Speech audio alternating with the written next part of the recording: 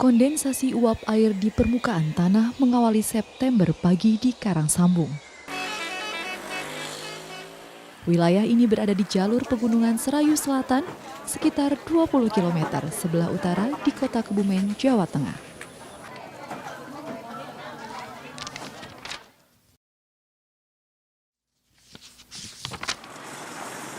Di kawasan inilah para akademika mempelajari ilmu kebumian.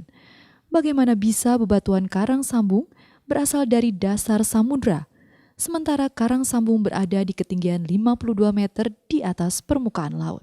Ini kalau kita lihat bentuk gunungnya itu tidak teratur, jadi tidak ini persis irregular. Seperti yang di sebelah sana Ya. kita lihat saat ini ya Pak. Ya? Kemudian di sebelah kanan ini lebih teratur itu sebelah sana, betul. ya ini lebih teratur. Di tempat ini yang disebut sebagai kompleks Melangs, percampur adukan batuan. Sementara yang ini semua ini sama. Batuan-batuan itu baik batuan beku, sedimen, metamorf itu tercampur aduk semuanya di sini. Nah kalau kita flashback ke belakang tentang teori tektonik lempeng, tempat ini adalah tempat pertemuan antar lempeng Samudra Hindia Australia dengan lempeng Eurasia. Batuan-batuan dari dasar samudra bercampur dengan batuan-batuan tepi benua ya, di tempat ini. Di tempat ini ibaratnya adalah textbooknya alam. Kalau kita lihat buku itu textbook tebal, teori macam-macam. Ya, nah di sini lihat fakta alamnya.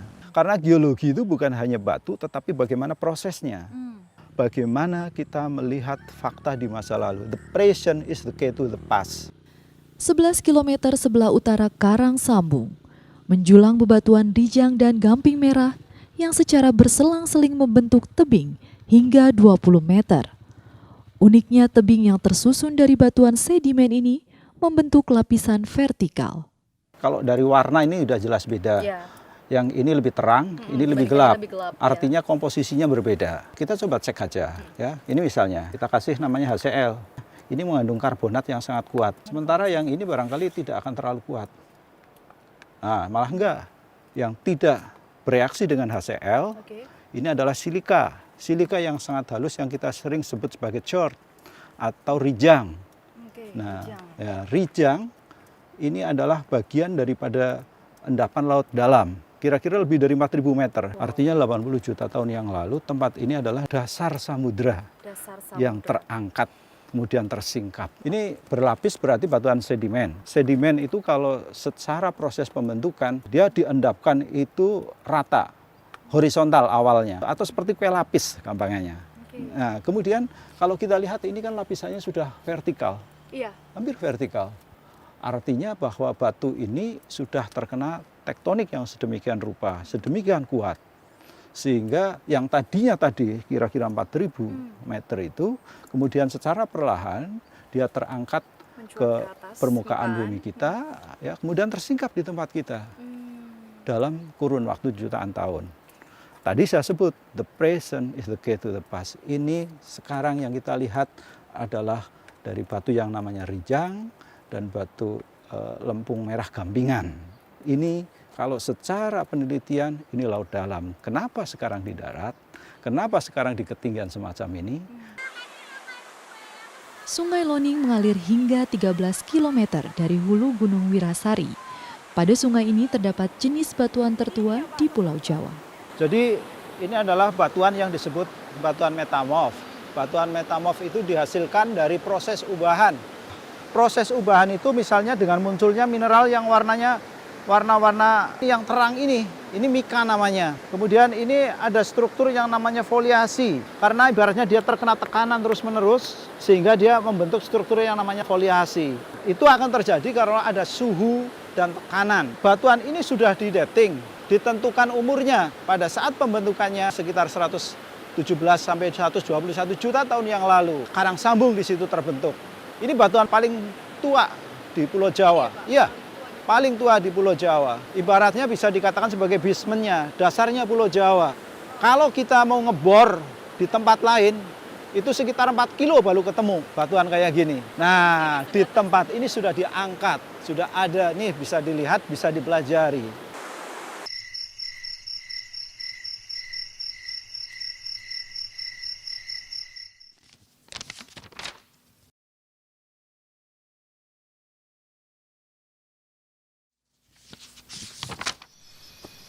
tahu sih diajak ke beberapa tempat, ada Totogan, lalu ke Ya. daerah Sadang dan Kaliloning, Mas.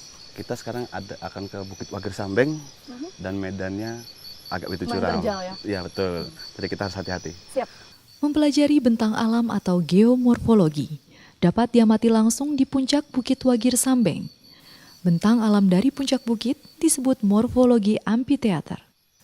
Bukit ini terbentuk dari proses pengangkatan yang disebabkan oleh tenaga endogen. Jadi kalau kita lihat bentang alam, geomorfologi, di sini ada dua tenaga di bumi kita ini. Yang pertama ada tenaga endogen, tenaga yang berasal dari dalam bumi. Betul, dia sifatnya membangun. Nah kalau yang eksogen itu berasal dari luar bumi. Dia sifatnya dia merusak. Dari dua tenaga itu dia membentuk suatu bentukan-bentukan alam. Salah satunya yang ada di sini semua, yang kita bisa lihat di sini semua. Ini ada yang menarik di sini. Apa tuh Mas menariknya? Nah kalau kita lihat lagi Mbak, bukit yang sebelah sana itu, yang depan sana itu, sama bukit yang sebelah kanannya, sisi kanannya, dulunya ternyata dia itu menyambung. Karena proses pelapukan itu kan diawali dari posisi yang lebih tinggi. Bagian atasnya melapuk, akhirnya yang hancur duluan itu yang bagian tengah sampai ke bawah dulu. Nah dia hancur. Sisi pinggirnya dia masih utuh. Nah disitulah menariknya dari Karang Sambung. Puncak Bukit Wagir Sambeng berada di ketinggian 157 meter dari permukaan laut. Di bukit ini juga terdapat batuan rijang dan gamping merah. Salah satu bukti bahwa batuan rijang berasal dari dasar samudra adanya kandungan fosil radiolaria, yaitu fosil binatang plankton yang terdapat pada batuan rijang. Umur batuan ini berkisar 60 hingga 80 juta tahun. Batuan-batuan yang ada di sini, ini asal muasalnya Mbak. Ini adalah dulunya batuan dari lantai samudra. Bisa berada di atas bukit gitu. Itu Nah. muncul di sini. Kira-kira Mas Eno bisa ceritain nggak? Dulunya ini kan samudra ya, lantai samudra. Dia berada di dasar samudra di bawah. Karena ada proses tektonik, dia bertabrakan, lempeng bergerak. Setahun hampir 9 sampai 11 cm per tahun ya, bergerak terus. Dia tidak berhenti. Itu karena dia bergerak terus, karena dia ada desakan, dia terlipat dulu, kemudian dia patah. Ya, habis patah, kemudian dia mulai terangkat. Patah dulu, baru terangkat ke permukaan. Yang tadinya horizontal, sekarang menjadi vertikal. Nah, di batuan rijang ini, kita juga bisa membuktikan kalau ini adalah dari lantai samudra meskipun dia tidak bereaksi tadi, karbonat. Apa salah contohnya? Pada saat kita ambil sampel batuan itu, batuan tersebut, kita bawa ke analisis lab, ternyata di dalamnya ada fosilnya, fosil reniknya. Jadi diketahuinya dari Betul, dari Fosil kandungan renik. fosilnya. Ternyata, oh dia sama-sama di laut dalam, tapi kita bisa membuktikan dari banyaknya kandungan fosil di batuan tersebut. Oke, jadi setelah dibawa ke lab, baru nantinya bisa kita ketahui ada fosil renik di dalamnya. Jadi bisa diketahui bahwa batuan ini memang berasal dari dalam samudra. Betul, dari lantai samudra. Dari lantai samudra malah ya. Sekali. Setelah dari tempat ini, ada tempat lain yang bisa membuktikan bahwa Karang Sambung ini memang samudra yang tersingkap. Ada Mbak, jadi nanti kita ke lokasi berikutnya, Oke, kita akan ke pinggir sungai. sip. Menurut tradisi lisan, Sungai Luk Ulo merupakan batas antara Kerajaan Majapahit dan Kerajaan Pajajaran. Sungai ini melintasi 3 kabupaten, Banjarnegara, Wonosobo, dan Kebumen. Mengalir dari utara ke selatan sejauh 70 km dan bermuara langsung ke Samudra Hindia. Berarti ada cerita tersendiri juga ya Mas terkait dengan bebatuan yang ada di sekitar Sungai Luk Ulo ini. Jadi kita di sini sekarang lagi berada di salah satu jenis batuan. Ada 3 jenis ya Mbak ya. Batuan beku, sedimen, metamorf. Metamorf. Nah, Ini sekarang ini adalah masuknya. masuknya adalah batuan metamorf. Nah, di sini perbedaan dengan metamorf yang lain, kalau yang kita duduki sekarang ini adalah batuan metamorf yang sangat lemah. Maksudnya sangat lemah gimana tuh Mas? Kalau batuan metamorf dia kan batuan ubahan Mbak ya. Batuan dia terubah karena ada proses panas dan tekanan. Betul. Nah, di sini panasnya sangat rendah dan tekanannya dia juga sangat rendah. Kalau kita lihat tekstur batuannya, kita lihat ya Mbak ya. Contoh nih ya Mas Ya, kita contoh ya Mbak ya. Saya satu contoh saja. Nah ini, karena ini batuannya lemah, teksturnya juga lemah. Dan ini mudah dipotong oleh tangan. Nah, batuan ini ternyata batuan ubahan dari lempung, batu lempung. yang berada di palung laut. Contohnya kayak yang ada di sekeliling sini. Di sekeliling sungai ini. Iya, di sekeliling sungai ini dulunya dahulu kala daerah ini adalah palung lautnya, Mbak. Pernah dengar palung laut? Ya. Itu adalah jurangnya Dalam lautnya, sekali kan? paling dalam. Nah, ternyata di situ adalah batuannya lempung, paling halus. Dan dia masuk ke zona tabrakan lempeng, terkena tektonik, kena panas dan tekanan, derajat rendah. Sehingga dia berubah menjadi nama batuannya jadi filit. Filit. Betul sekali, benar sekali. Kalau masyarakat di sini sendiri memang menyebut ini sebagai batu filit atau ada namanya tersendiri? Biasanya batuan ini mereka mengenalnya itu batu tulis. Batuan ini adalah bahan untuk membuat pingsil, Mbak. Tahu nggak isi pingsil yang warna hitam Ini itu? bisa dijadikan isi pingsil? Betul. Jadi ini untuk nulis, Mbak. Dulunya, ya. Ini di sini seperti itu. Jadi kalau kita lihat di sini bantaran sungai ini ya, banyak endapan-endapan sedimen seperti ini. Buat seorang ahli geologi di sini, ini sangat menarik. Batuan yang ada di sini itu menunjukkan bahwa di bagian sisi lain itu mempunyai batuan yang lebih besar yang ada di sini. Kalau di sini kan dia sudah ukurannya lebih kecil. Iya. Karena dia tertransport, terbawa Dari sebelah sana. dari daerah utara. Terbawa oleh air. Aliran air ini. Benar. Semakin jauh dia terbawa, ukurannya akan semakin kecil. Dan bentuknya akan semakin membundar. Dia akan makin membundar-bundar situ itu. Yang tadinya lancip-lancip, dia bisa berubah menjadi bundar-bundar sini. Nah, batuan-batuan seperti ini yang menarik ini, Mbak. Jadi ada banyak batuan di sini, berarti di daerah utara adalah Bukit Melang, campur aduk. Dalam ilmu kebumian, dikenal 3 jenis utama batuan, sedimen, beku, dan metamorf. Ketiga jenis ini tercampur aduk di kawasan Karang Sambung.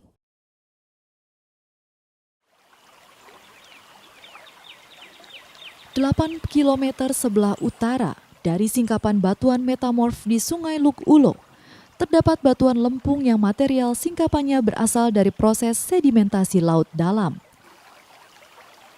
Batuan lempung biasanya atau dominannya itu berwarna abu-abu hingga coklatan. Tapi kalau kita lihat dari jauh, ternyata batuan ini beraneka ragam warnanya. Warna batuan yang berbeda itu diakibatkan dari mineral atau senyawa kimia.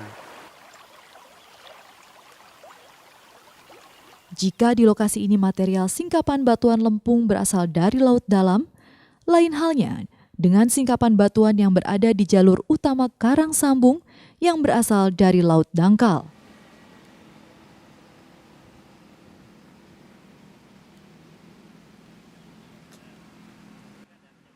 Bukti bahwa singkapan ini berasal dari laut dangkal adalah ditemukannya fosil foraminifera besar yang merupakan makhluk hidup golongan bentos dengan ukuran cangkang yang relatif besar. Menariknya, fosil ini terlihat kasat mata. Nah, kalau yang di sini fosilnya itu lebih besar. Nih. Ini yang disebut fosilnya itu? Iya, ini yang namanya fosil, namanya adalah Nummulites. Bentuknya seperti koin-koin uang. Makanya masyarakat sini mengenalnya batu duit.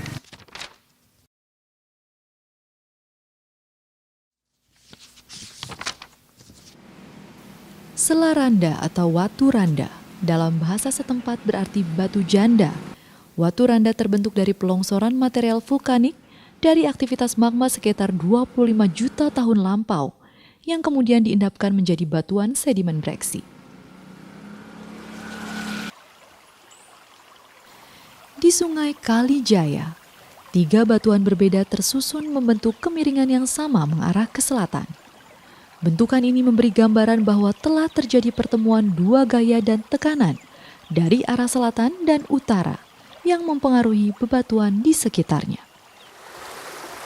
Jadi ini ada 3 ya. Yang paling atas ini adalah batu pasir. Yang paling atas? Iya. Cuma yang di bagian bawah, yang di bagian ini adalah batu napal. Berbeda, ini sudah beda sekali lapisannya kan. Ya, kemudian yang ini, yang di sini yang kita injak ini sudah batuan berbeda lagi. Ini kakarenit. Ya, 3 jenis batuan ini miripnya sama. Cenderung ke selatan. Tetapi kalau kita bergerak ke utara di sana, nanti batuan ini dia akan berubah kemiringannya. Jika batuan di Kali Jaya diendapkan secara berlapis dan bertekstur klastik, maka batuan sedimen di Bukit Jati Bungkus diendapkan tidak berlapis dan bertekstur non-klastik. Kalau yang ini tidak termasuk yang batuan sedimen berlapis ya, karena dia dari organik. Di batu Bukit Jati Bungkus ini lebih banyak dominan foraminifera dan alga. Alga, Iya. dari Tumbuhan, ya. Saya lihat di sebelah sana cukup dalam guanya Iya, ya Pak ya. Dan apakah memang gua ini terbentuk secara alami ataukah memang sudah ada sebelumnya? Kita berada di Gua Langse, ini satu bukit gamping, ini namanya Bukit Jati Bungkus. Jadi Ya. ini namanya Bukit Jati Bungkus. Dan di salah satunya ada Gua Langse ini. Nah, Gua Langse ini memang terbentuk secara alami. Jadi proses dari pengkisan-pengkisan dari air yang dia sampai membentuk gua ini. Oke Pak, untuk mengetahui bahwa batuan ini memang berasal dari samudra, Iya, salah satu caranya adalah dengan apa biasanya Bapak mengetahuinya? Iya.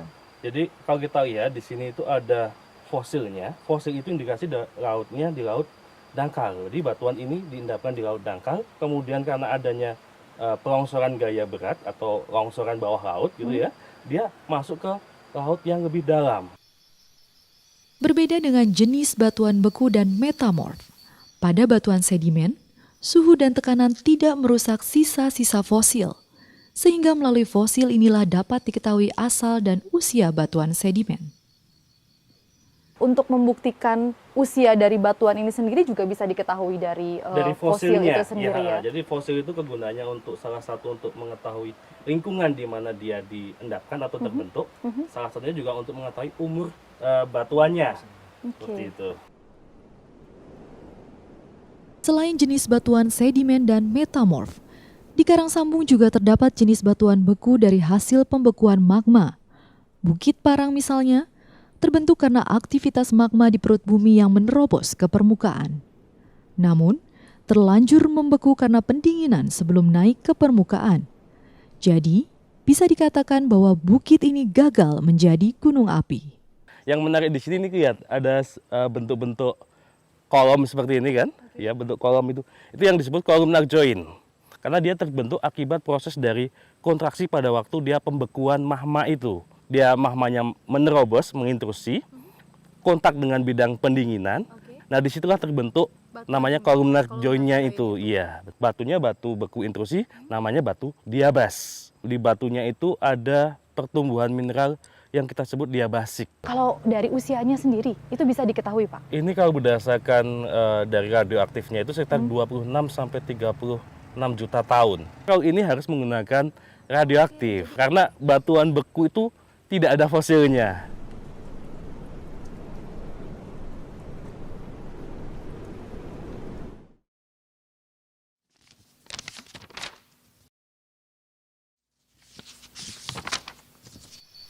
Di Desa Pucangan terdapat batuan serpentinit. Awalnya, serpentinit adalah jenis batuan beku ultra basa yang berubah menjadi batuan jenis metamorf ketika masuk ke dalam zona subduksi. Mineral serpentin ini dia akan tampak berserabut seperti benang. Di singkapan ini banyak sekali kekar-kekar. Ini menunjukkan kalau dulu memang waktu dia masih menjadi batuan beku, kemudian kena panas, kena tekanan. Nah, batuan si peridotit dan dunit ini yang awalnya dia merupakan salah satu penyusun kerak samudra, akhirnya terubah menjadi serpentin. Pada situs Watu Kelir, dua batuan berbeda jenis berada di area yang sama. Batuan lava bantal merupakan batuan beku yang terbentuk dari pembekuan magma di bawah permukaan air laut, berada tak jauh dari batuan rijang dan gamping merah yang merupakan batuan jenis sedimen yang diendapkan di laut dalam. Meski tak lazim, kedua jenis bebatuan ini menghasilkan keindahan proses geologi yang hanya ditemukan di kawasan Cagar Alam Geologi Karangsambung. Kalau lava biasanya kita identik dengan gunung api. Tetapi lava yang membentuk singkapan ini tidak berasal dari gunung api, tapi berasal dari perut bumi secara langsung. Magma yang memang dari perut bumi, kemudian dia menerobos masuk karena ada kerak samudra yang pecah. Karena ada rekahan itu, lava yang dari perut bumi dia naik ke atas. Lavanya naik ke atas. Lava naik ke atas, padahal di atasnya ada air. Oh, oke. Karena ini di tengah samudra. Karena tekanan dari air di samudra itulah, maka bentukan-bentukan bantal ini akan muncul. Akan muncul seperti ini ya, Bulat-bulat seperti ini. Dari lokasi ini ada keunikannya lagi. Ini namanya batuan gamping merah dan rijang. Antara lava bantal dan gamping merah rijang, mereka sama-sama penghuni dasar samudra. Namun, sebenarnya tempat pembentukan mereka sendiri-sendiri. Lava bantal, batuan beku, sedangkan ini batuan sedimen. Di titik ini mereka berdua bisa bertemu. Kenapa mereka bisa bertemu? Karena di Karang Sambung terjadi suatu peristiwa tektonik lempeng.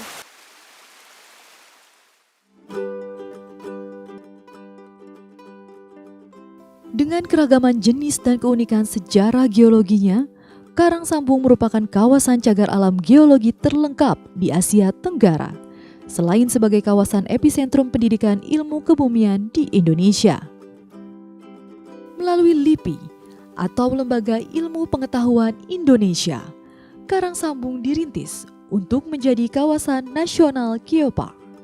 Keberadaan LIPI supaya bisa dirasakan oleh masyarakat bukan cuma masalah pendidikannya saja, tetapi LIPI bisa memberi dampak terhadap pemberdayaan masyarakat. Jadi keunikan geologi itu tidak menjadi hanya eksotik, indah, tetapi tidak punya fungsi pemberdayaan masyarakat. Kita ingin mengembangkan kawasan Karang Sambung tidak cuma menjadi kawasan cagar geologi, tapi kedepannya ingin menjadi kawasan geopark Karang Sambung. Dengan berdirinya geopark, tentunya ada 3 ya yang ingin kita capai. Yang pertama adalah fungsi geopark sendiri itu adalah fungsi konservasi. Nah, fungsi konservasi itu akan sejalan dengan tugas dan fungsi LIPI. Yang kedua adalah fungsi pendidikan. Tentunya dengan geopark ini masyarakat umum ataupun masyarakat dunia pendidikan bisa menimba ilmu di kawasan cagar alam geologi Karang Sambung, terutama kaitan dengan kebumian. Yang ketiga adalah fungsi untuk pemberdayaan masyarakat. Hal ini terkait dengan pemberdayaan ekonomi masyarakat di sekitar keberadaan kawasan geopark sendiri. Bagi Lembaga Ilmu Pengetahuan Indonesia, Karang Sambung ibarat buku ilmu kebumian. Membaca senyapnya singkapan bebatuan adalah bentuk rasa syukur serta kepedulian atas nama ilmu pengetahuan yang diaplikasikan ke masyarakat dalam bentuk kawasan konservasi dan kawasan pendidikan bagi generasi masa depan.